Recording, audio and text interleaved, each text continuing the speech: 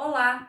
Hoje é dia 26 de março de 2020 e o presidente Jair Bolsonaro incluiu as atividades religiosas nas listas de atividades essenciais do país. Eu sou procuradora de uma câmara aqui do interior de São Paulo e também sou pastora da Assembleia de Deus Paulistana, alguns de vocês já me conhecem, e eu gostaria de trazer uma reflexão sobre o assunto e gostaria também de estar compartilhando com vocês neste momento. Primeira coisa que a gente precisa diferenciar nesse momento é o que é um culto, uma missa, um rito religioso, né? E o que é um culto, uma missa e uma atividade religiosa, um rito religioso e aglomeração de pessoas. São coisas diferentes, não é verdade? E o que eu achei interessante dessa inclusão é porque você consegue realmente, a partir de agora, fazer essa diferença. Por que eu estou falando isso?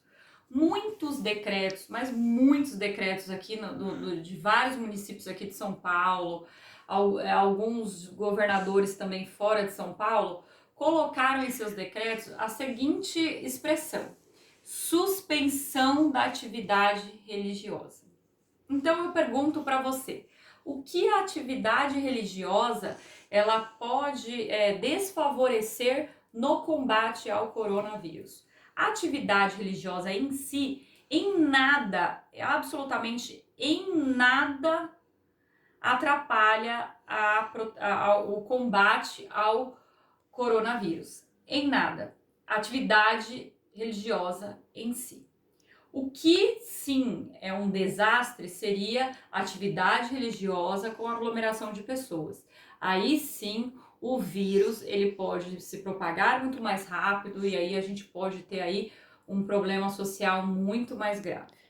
E por que eu acho que é interessante a gente ter esse tipo de debate de assunto?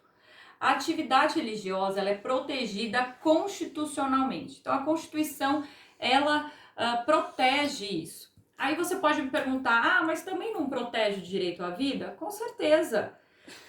Só que não há um conflito do direito à vida com a atividade religiosa, pelo menos nesse momento, e sinceramente não consigo imaginar atividade religiosa ser um problema para a vida aqui no Brasil, né? Mas, enfim, eles não estão conflitando, né? Então, eu acho que você suspender a atividade religiosa, eu fiquei muito chocada, né? Ao saber que o Ministério Público de São Paulo entrou com uma ação pedindo justamente para suspender a atividade religiosa. Então, é muito complicado isso, né? É um assunto muito sensível. E por que é importante fazer essa diferenciação, né? Ter essa diferença? Porque é o seguinte, você, numa interpretação de um decreto desse, você pode chegar a situações absurdas. Então vamos lá. Se você, por exemplo, está na sua casa cultuando e você tem um decreto de suspensão de atividade religiosa, quer dizer que mesmo você na sua casa, só com as pessoas que moram lá, sem chamar ninguém de fora, não poderia cultuar. E o que é cultuar?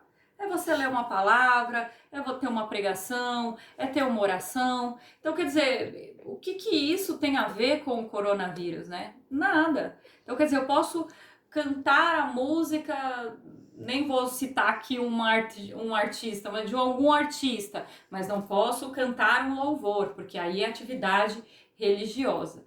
Então, gente, nós temos que tomar muito cuidado com isso, muito cuidado, né? Nós temos que tomar muito cuidado com isso para não haver essa discrepância. O que muda para nós? Nada. Vamos continuar fazendo nossos cultos online, né? E até agora de uma forma mais sossegada, né? Porque antes falava, nossa, mas se eu tô cultuando aqui, transmitindo para a internet, eu não estou exercendo uma atividade religiosa?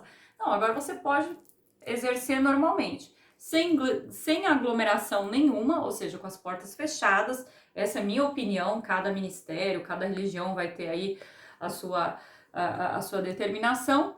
Não muda em nada, para a igreja não muda nada, é atividade religiosa sendo feita de portas fechadas. Alguns templos podem até ficar abertos para algumas orações individuais, né? e então para não haver aglomeração de pessoas, e no máximo isso. Obrigada, gente. Deus abençoe a vida de vocês.